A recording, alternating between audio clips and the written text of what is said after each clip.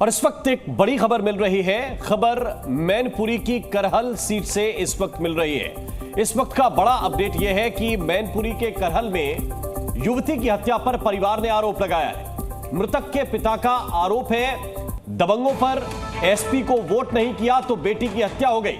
दबंग जबरन वोट का दबाव बना रहे थे और पिता ने रेप के बाद हत्या का आरोप लगाया है। साथ ही पुलिस ने 2 आरोपियों को इस मामले में अब तक गिरफ्तार किया है। प्रशांत यादव और मोहन नाम के आरोपी गिरफ्तार किए गए हैं।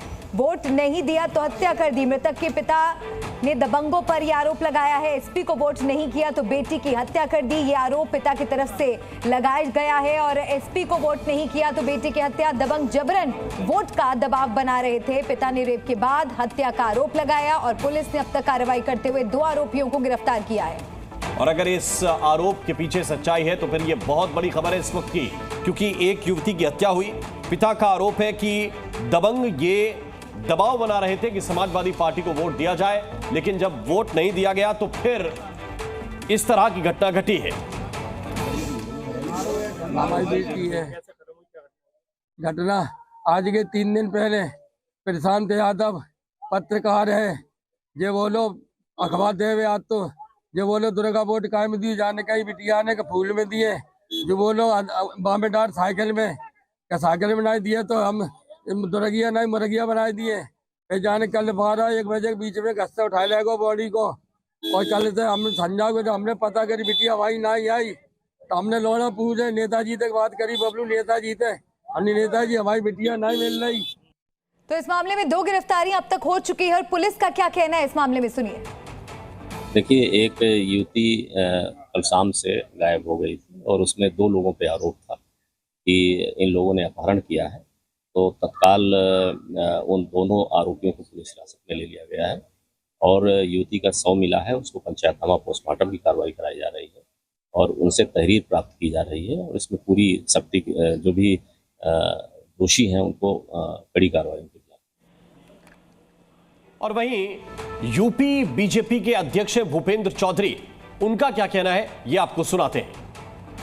समाजवादी पार्टी ये मान चुकी है कि जिस प्रकार से लोग उत्साह के साथ मतदान कर रहे हैं उसके आधार पर उनकी पराजय सुनिश्चित है और समाजवादी पार्टी ने अपने गुंडे और जो माफिया प्रकोष्ठ है उनका उसे आगे कर दिया है। शांति और सौहार्द के माहौल में संपन्न हो रहे ये चुनाव समाजवादी पार्टी को कभी सुहाते नहीं। इसलिए समाजवादी पार्टी के लोग उपचुनाव को रक्त रंजित करने का पूरा प्रयास कर रहे हैं। समाजवादी पार्टी के मुखिया उत्तर प्रदेश के पूर्व मुख्यमंत्री जी का जिस प्रकार से बदहवासी का ये व्यवहार है वो कहीं ना कहीं उनकी राजनीतिक जमीन खिसकने की खिसियाट के रूप में दिखाई देता है। और इस पूरे मामले में अखिलेश यादव ने भी प्रतिक्रिया दी है, सुनिए क्या कहना है उनका।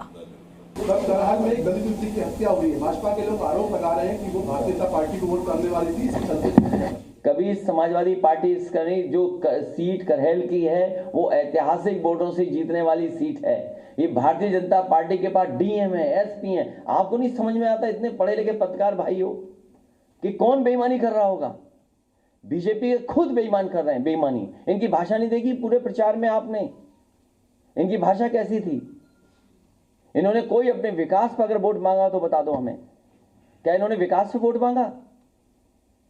ये जो अपना सिंहासन बचाना चाहते हैं, इस बाई इलेक्शन के बाद इनका सिंहासन भी चला जाएगा। सीधा ग्राउंड जीरो का रुख करेंगे। हमारे 2 सहयोगी हमारे साथ जुड़ रही हैं। प्रीति श्रीवास्तव हमारे साथ कानपुर से, तो परिधि मैनपुरी से हमारे साथ जुड़ रही हैं। प्रीति, आपका रुख कर रही हूँ। अब पूरे एहतियात के बावजूद, तमाम तैयारियों के बावजूद कई इलाकों से हंगामे की खबर आ रही है। आप जहां पर मौजूद हैं वहां पर वोटिंग परसेंटेज को लेकर अगर अपडेट आपके पास हो आप वो दर्शकों को दिखाइए, साथ ही तस्वीरें भी।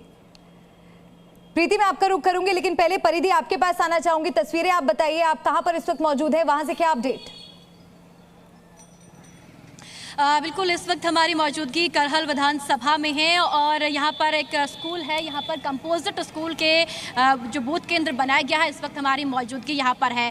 देखिए, जहाँ एक तरफ सियासी सरगर्मियाँ तेज़ है तो वहीं मतदाताओं का जो उत्साह है वो देखने लायक है। अब लगातार जो मतदाता है वो मतदान केंद्र पहुँच रही हैं और अपने मताधिकार का इस्तेमाल कर रही हैं। कई महिलाएँ हमारे साथ इस वक्त मौजूद है, बातचीत कर लेते हैं कि उनका मुद्दा इस बार क्या है और क्या सोचकर वो मतदान केंद्र पहुँची हैं अपने वोट का इस्तेमाल करने के लिए। सबसे पहले आपका नाम?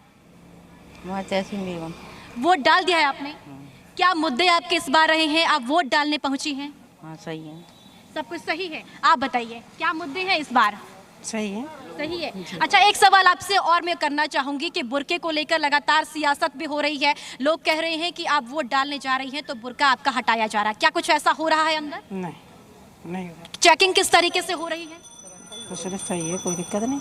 जैसे पहले आप वोट डालने के लिए जाती थी, क्या वैसे ही इस बार भी आप वोट डाल रही हैं? वैसे ही डालना है। ठीक है, और भी महिलाएं हैं, उनसे बातचीत कर लेते हैं। आप बताइएगा क्या मुद्दे हैं इस बार, आप वोट डालने आई है, कैसा विधायक चाहिए आपको? सही है, सब सही है। सब सही चल रहा है, कैसा विधायक चाहिए? देखिए, एक तरफ वोटिंग चल रही है, मतदाता पहुंचे हुए हैं जरा, लेकिन एक बात बताइए कि जिस तरह से करहल में ये मुद्दा, एक युवती की हत्या का मामला गरमा रहा है, इसके पीछे के क्या क्या डिटेल्स अब तक निकल कर सामने आए हैं?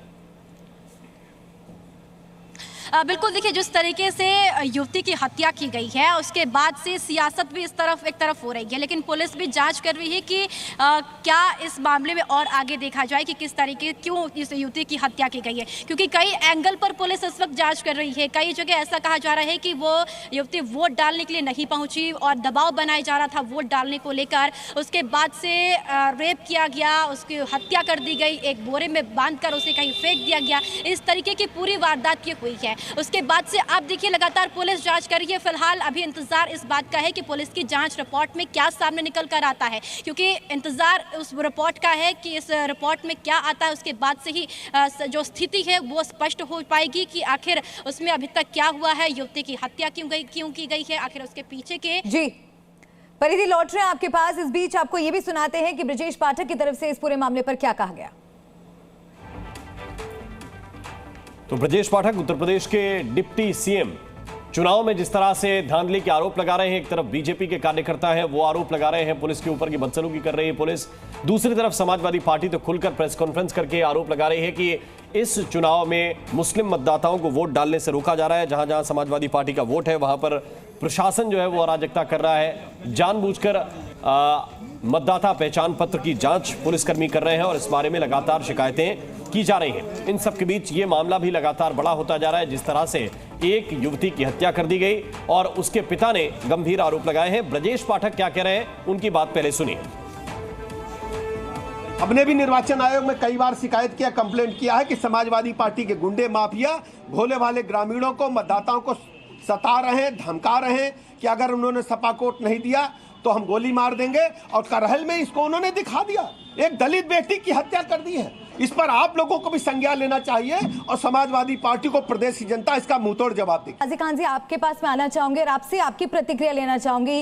ये जो मामला आप बेटी की हत्या का आया, इस पर आप क्या कहेंगे? उपचुनाव के दिन, आज मतदान के दिन, जब लोगों के बीच उत्साह होता है, इस तरह की जब खबरें आती हैं, कैसे देखते हैं आप इसे? देखिए मैडम, सबसे पहले तो उस परिवार को जिसकी बेटी का कत्ल हो गया, बलात्कार हो गया, हम उसके साथ उसकी हमदर्दी में हैं। उसके लिए पुलिस को और उत्तर प्रदेश की सरकार की जिम्मेदारी बनती है कि जिस दिन चुनाव हो रहा है और चुनाव से पहले ऐसी घटना घट जाती है, ये देश के लिए भी, हमारे प्रदेश के लिए भी और प्रदेश की जनता के लिए अच्छा नहीं।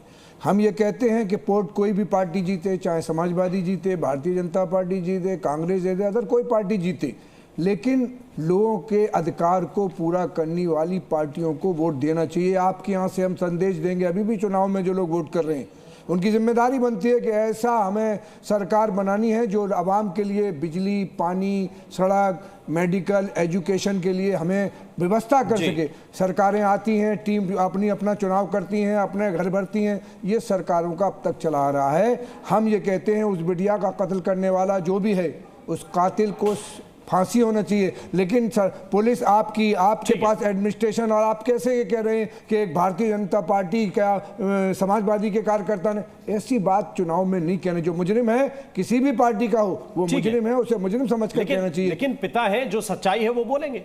जो पीड़ित है, परिवार है, जिसने मारा है, जिसके ऊपर आरोप है, जिस वजह से मारा है, वो अपनी बात कहेगा। इसमें क्या दिक्कत है?